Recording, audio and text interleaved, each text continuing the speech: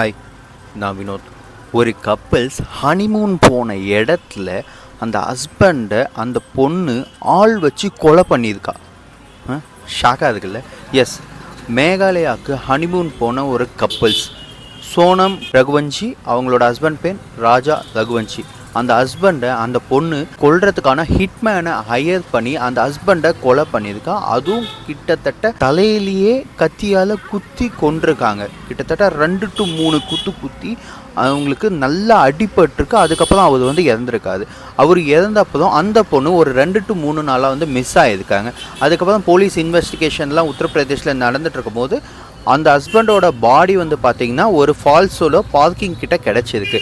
அதுக்கப்புறமா இந்த பொண்ணை கூப்பிட்டு விசாரிக்கும் போது தான் இந்த பொண்ணே உண்மையை ஒத்துருக்கு.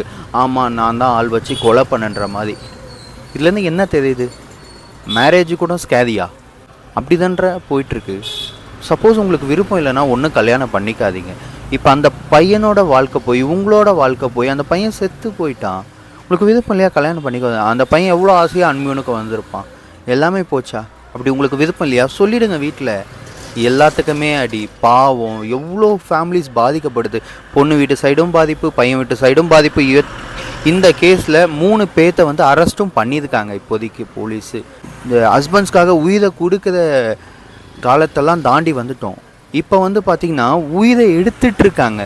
அந்த காலத்தில் வாழ்ந்துட்டுருக்கோம் நம்மலாம். என்னப்பா இப்படியெல்லாம் பண்ணுறீங்க? தயவு செஞ்சு கேட்குறேன் உங்களை, ப்ளீஸ்.